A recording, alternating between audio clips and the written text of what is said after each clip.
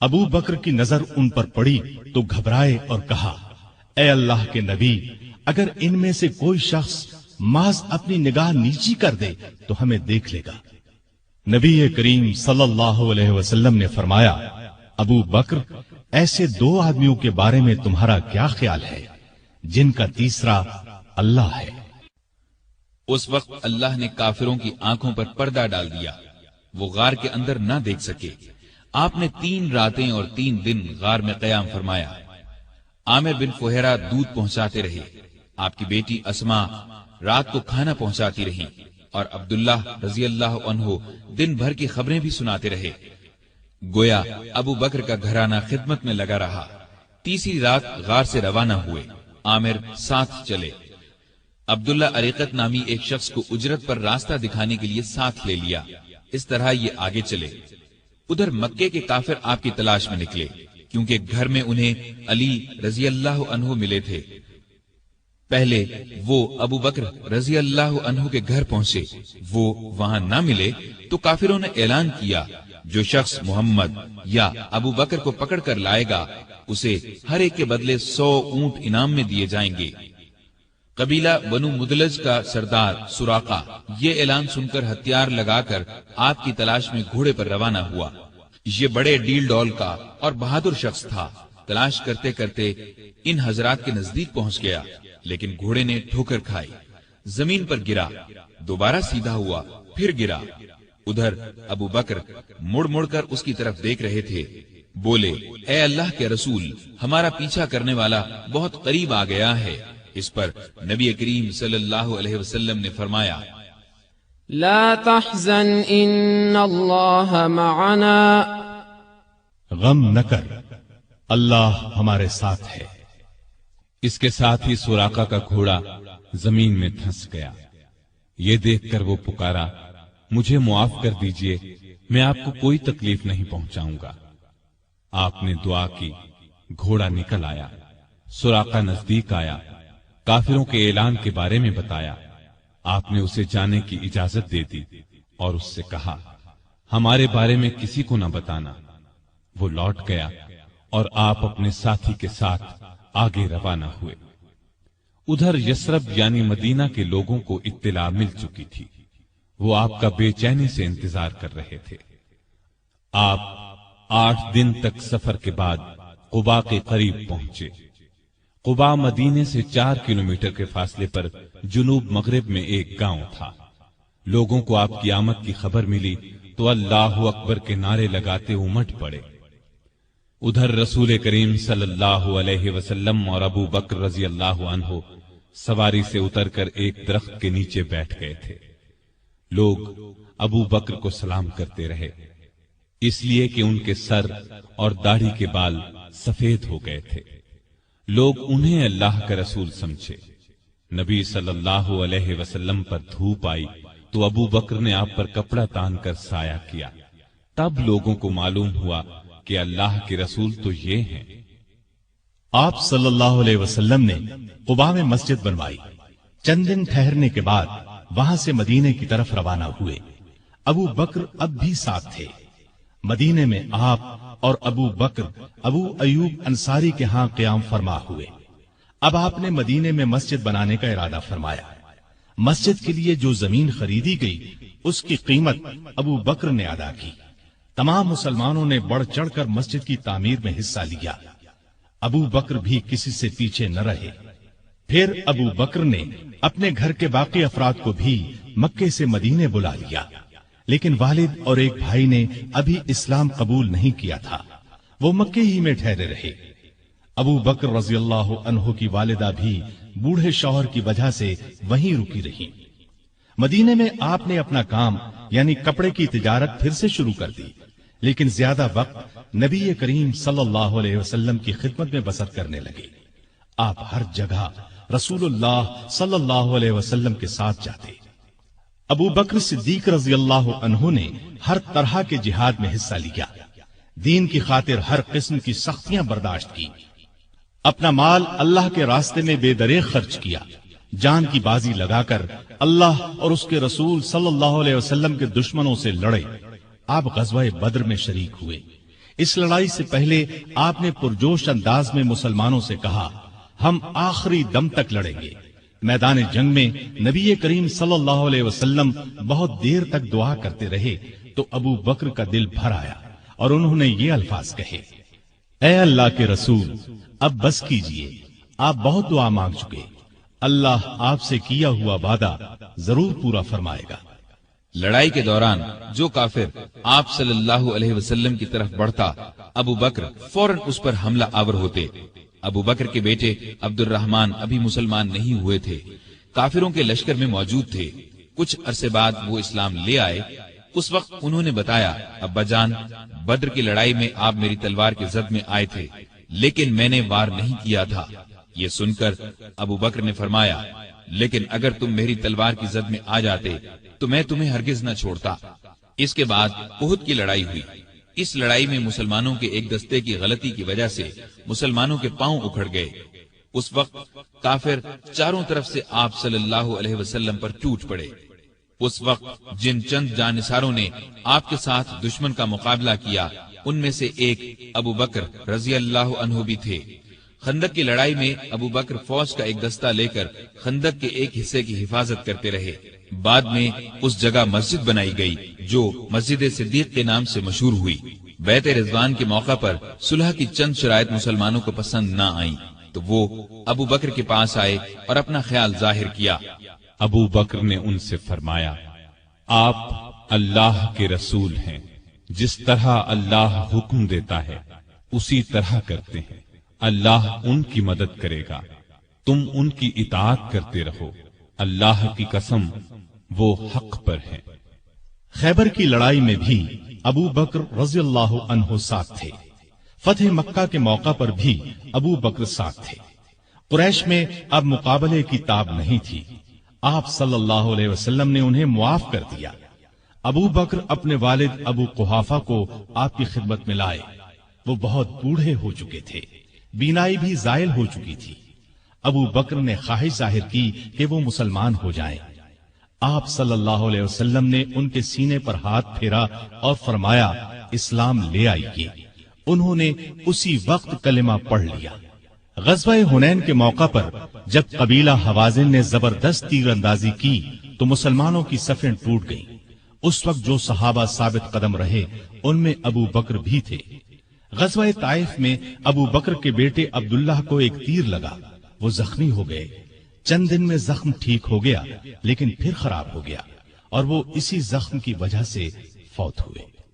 تبوک کی لڑائی کے موقع پر لشکر کے لیے ہتھیاروں اور سواریوں کی بہت ضرورت تھی۔ آپ نے مسلمانوں سے فرمایا، دل کھول کر مال اور سامان دیں۔ اس پر غریب امیر ہر مسلمان نے مال، سامان، اونٹ، گھوڑے، غلہ، کھجوریں وغیرہ آپ کی خدمت میں ڈھیر کر دی۔ ابو بکر اپنے گھر کا تمام سامان اور ہر چیز لے آئے۔ نبی کریم صلی اللہ علیہ وسلم نے پوچھا، ابو بکر بال بچوں کے لیے کیا چھوڑا؟ انہوں نے عرض کیا، ان کے لیے اللہ اور اللہ کا رسول کافی ہیں۔ لڑائی میں آپ صلی اللہ علیہ وسلم نے ساری فوج کا انتظام ابو بکر رضی اللہ عنہ کے سپرد کیا۔ فوج کا بڑا جھنڈا بھی انہی کو دیا۔ تبوک مدینے سے 686 کلومیٹر دور ہے۔ مسلمان تکلیفیں اٹھاتے وہاں پہنچے۔ تبوک سے واپسی کے بعد حج کے دن قریب آئے تو آپ صلی اللہ علیہ وسلم نے ابو بکر کو امیر حج مقرر فرمایا۔ انہوں نے لوگوں کو حج کرایا۔ ہجرت کے 10ویں سال رسول کریم صلی اللہ علیہ وسلم خود حج کے لیے مکہ تشریف لے گئے۔ ابو بکر رضی اللہ عنہ اور ہزارہا مسلمان آپ کے ساتھ تھے۔ آپ کا سامان ابو بکر کی اونٹنی پر لادا گیا۔ 11 ہجری میں آپ نے ایک لشکر شام بھیجنے کے لیے تیار کیا۔ اس لشکر کا سردار آپ نے اپنے ایک پیارے نوجوان اسامہ بن زید رضی اللہ عنہ کو مقرر فرمایا۔ اس لشکر کو بھیجنے کا مقصد یہ تھا کہ روم کے بادشاہ سے موتا کی لڑائی کا بدلہ لیا جائے۔ موتا کی لڑائی 8 ہجری میں ہوئی تھی اور اس میں رومی عیسائیوں کے ہاتھوں نبی کریم صلی اللہ علیہ وسلم کے 12 پیارے صحابہ شہید ہو گئے تھے۔ ان میں اسامہ رضی اللہ عنہ کے والد زید بھی تھے۔ اس لشکر میں ابو بکر رضی اللہ عنہ بھی شریک تھے۔ انہوں نے اس بات کی پرواہ تک نہیں کی کہ ان کا سپہ سالار 18-19 سال کی عمر کا ایک نوجوان ہے۔ دراصل وہ اللہ کے سپاہی تھے اور جو بات اللہ کے رسول صلی اللہ علیہ وسلم کو پسند تھی وہی انہیں بھی پسند تھی۔ حج سے واپسی پر نبی صلی اللہ علیہ وسلم نے مسلمانوں کو یہ خطبہ دیا، اللہ نے اپنے ایک بندے کو اختیار دیا کہ چاہے تو دنیا کی نعمتوں کو قبول کر لے اور چاہے تو اللہ کے پاس جا کر ان نعمتوں کو قبول کرے جو وہاں ملنے والی ہیں۔ تو اس بندے نے اللہ کے پاس جا کر ملنے والی نعمتوں کو قبول کیا ہے۔ یہ خطاب سن کر ابو بکر رضی اللہ عنہ رونے لگے۔ وہ سمجھ گئے کہ یہ آپ صلی اللہ علیہ وسلم نے اپنے بارے میں فرمایا ہے۔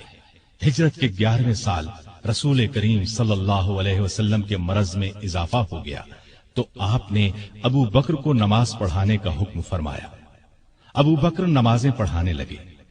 اس دوران میں ایک صبح آپ کو افاقہ محسوس ہوا تو آپ سہارا لے کر مسجد میں تشریف لے آئے۔ ابو بکر نے پیچھے ہٹنا چاہا تو آپ نے اشارے سے فرمایا اپنی جگہ پر رہو۔ پھر آپ نے ان کے ساتھ بیٹھ کر نماز ادا کی۔ ہجرت کے 11ویں سال 12 ربیع الاول بروز پیر آپ صلی اللہ علیہ وسلم نے رحلت فرمائی۔ وہ دن ابو بکر کی زندگی کا سب سے بڑے صدمے کا دن تھا۔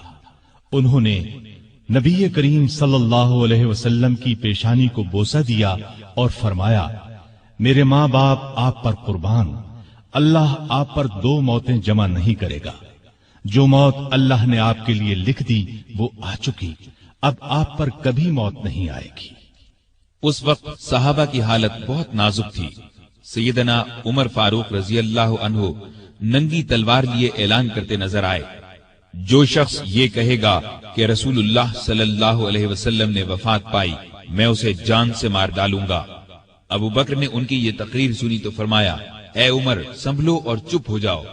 پھر آپ نے لوگوں کے سامنے تقریر کی، لوگوں، جو شخص محمد صلی اللہ علیہ وسلم کو پوچھتا تھا وہ جان لے کہ محمد صلی اللہ علیہ وسلم وفات پا گئے ہیں، اور جو اللہ کو پوچھتا تھا وہ سمجھ لے کہ اللہ زندہ ہے، وہ کبھی نہیں مرے گا۔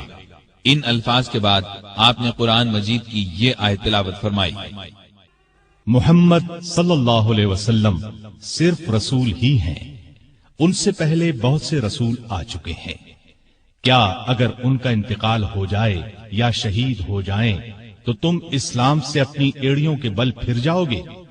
اور جو کوئی پھر جائے اپنی ایڑیوں پر تو ہرگز اللہ تعالیٰ کا کچھ نہ بگاڑے گا، ان قریب اللہ تعالیٰ شکر گزاروں کو نیک بدلہ دے گا۔ ابو بکر رضی اللہ عنہ کی تقریر سن کر لوگوں کو یقین آ گیا کہ رسول اللہ صلی اللہ علیہ وسلم واقعی ان سے جدا ہو چکے ہیں۔ آپ کی وفات کے بعد مسلمانوں نے متفقہ طور پر جناب ابو بکر صدیق کو خلیفہ چن لیا۔ خلیفہ بنائے جانے کے بعد انہوں نے یہ خطبہ دیا، لوگوں، اللہ کی قسم میں نے کبھی تمہارا امیر بننے کی خواہش نہیں کی۔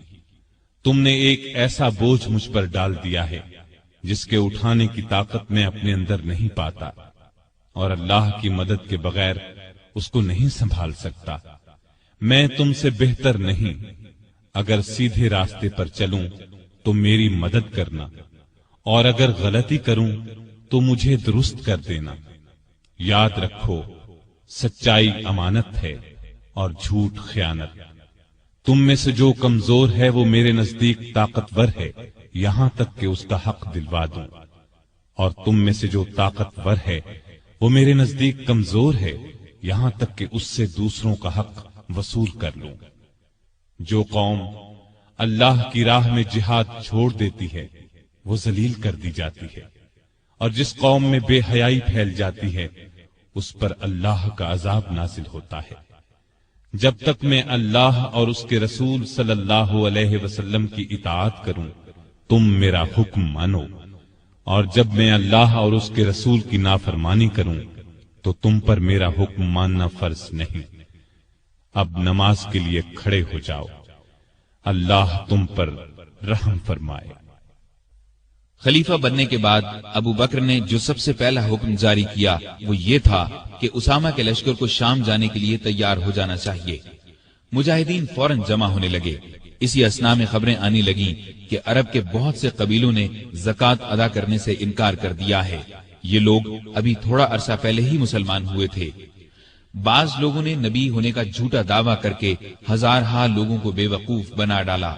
لوگ ان کے گرد جمع ہو گئے۔ یہ حالات دیکھ کر بعض صحابہ نے سیدنا صدیق اکبر کو مشورہ دیا کہ ان حالات میں اسامہ کے لشکر کو بھیجنا مناسب نہیں، بہتر یہ ہے کہ اس کو روک دیا جائے تاکہ دشمن مدینے پر حملہ کریں تو ان کا مقابلہ کیا جا سکے۔ لیکن ابو بکر نے یہ مشورہ ماننے سے انکار کر دیا اور فرمایا، اللہ کی قسم، اگر مدینہ اس طرح آدمیوں سے خالی ہو جائے کہ درندے اور کتے مجھے پھاڑ کھائیں، تب بھی میں اس لشکر کو شام جانے سے نہیں روکوں گا جس کو رسول اللہ صلی اللہ علیہ وسلم نے شام جانے کا حکم فرمایا تھا۔ اب بعض صحابہ نے یہ مشورہ دیا کہ لشکر کا سپہ سالار نو عمر اسامہ کی جگہ کسی عمر رسیدہ تجربہ کار صحابی کو بنا دیا جائے۔ یہ سن کر ابو بکر کو غصہ آ گیا۔ انہوں نے فرمایا، یہ تم کیسا مشورہ دے رہے ہو؟ جس شخص کو رسول اللہ صلی اللہ علیہ وسلم نے لشکر کا امیر بنایا، میں اس کی جگہ کسی اور کو امیر مقرر کروں؟ ایسا ہرگز نہیں ہوگا۔ پھر ابو بکر رضی اللہ عنہ لشکر کو رخصت کرنے کے لیے خود مدینے سے باہر مقام جرف پر پہنچے، دور تک انہیں چھوڑنے گئے۔ اسامہ گھوڑے پر سوار تھے اور ابو بکر ان کے ساتھ پیدل چل رہے تھے۔ اسامہ نے عرض کیا، اے رسول اللہ کے خلیفہ، یا تو آپ بھی گھوڑے پر سوار ہو جائیں یا مجھے گھوڑے سے اتر کر پیدل چلنے دیں۔ ابو بکر نے فرمایا، نہ تو میں سوار ہوں گا نہ تمہیں گھوڑے سے اترنے دوں گا۔ اگر کچھ دیر کے لیے میرے قدموں پر اللہ کی راہ کا غبار پڑ جائے تو اس سے میری شان میں کوئی کمی نہیں آ جائے گی۔ پھر آپ نے لشکر کو رخصت کیا، انہیں دعا دی۔ اسامہ کا یہ لشکر شام کے عیسائیوں کو سزا دے کر قریباً 70 دن بعد واپس لوٹا۔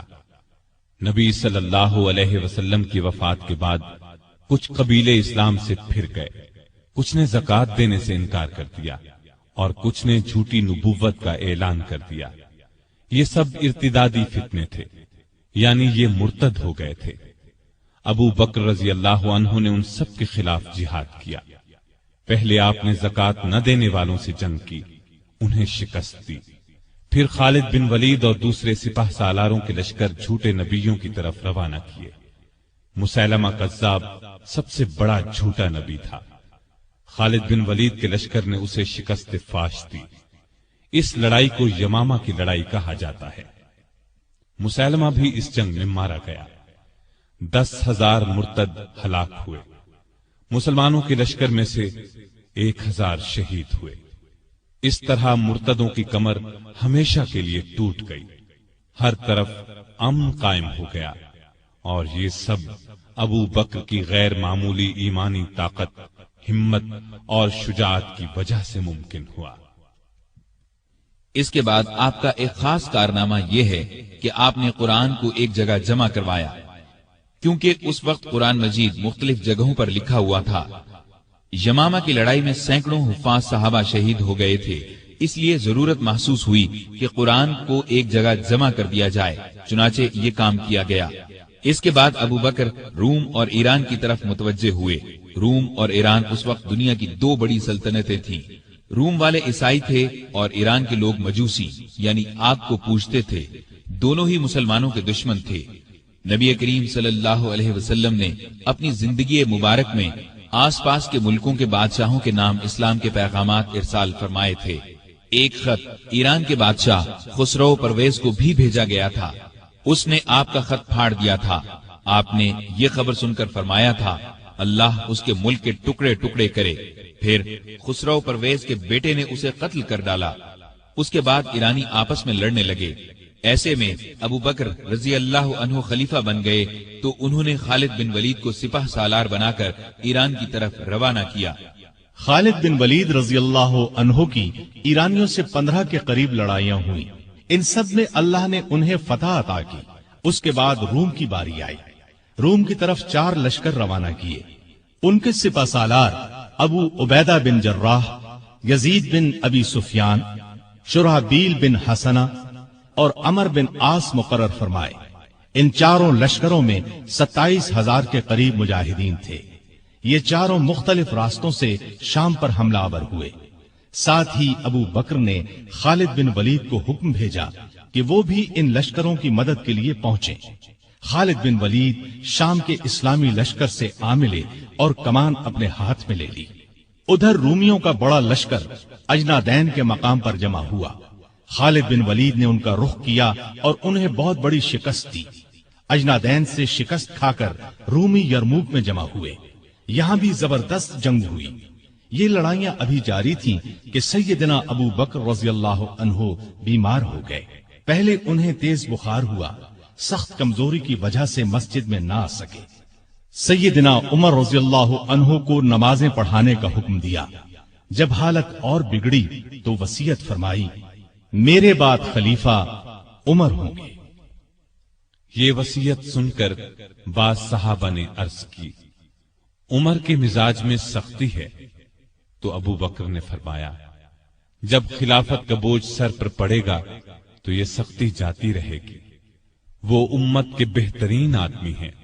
بیماری کے دنوں میں ایک دن پوچھا، خلیفہ بننے سے اب تک بیت المال سے مجھے کتنا وظیفہ ملا ہے؟ حساب کیا گیا تو 8,000 کے قریب درہم بنے۔ آپ نے فرمایا، میری فلاں زمین بیچ کر یہ رقم بیت المال میں جمع کی جائے۔ پھر آپ نے فرمایا، جب سے میں خلیفہ ہوا ہوں میری جائیداد کتنی بڑھی ہے؟ لوگوں نے کہا کہ ایک حبشی غلام ہے جو بچوں کو کھلاتا ہے، مسلمانوں کی تلواروں کو صاف کرتا ہے اور چمکاتا ہے، ایک اونٹنی ہے جس پر پانی لاتا ہے، اور ایک معمولی سی پرانی چادر ہے۔ یہ سن کر فرمایا، میرے مرنے کے بعد یہ سب چیزیں نئے خلیفہ عمر کے پاس پہنچا دی جائیں۔ ایک وصیت یہ کی کہ میری قبر رسول اللہ صلی اللہ علیہ وسلم کی قبر کے پاس بنائی جائے۔ اپنے کفن کے بارے میں فرمایا، جو کپڑے میرے بدن پر ہیں انہی میں کفن دیا جائے۔ اس پر عائشہ رضی اللہ عنہا نے فرمایا، ہم آپ کے لیے نیا کفن کیوں نہ خریدیں؟ جواب میں فرمایا، مردوں سے زیادہ نئے کپڑوں کی ضرورت زندوں کو ہے۔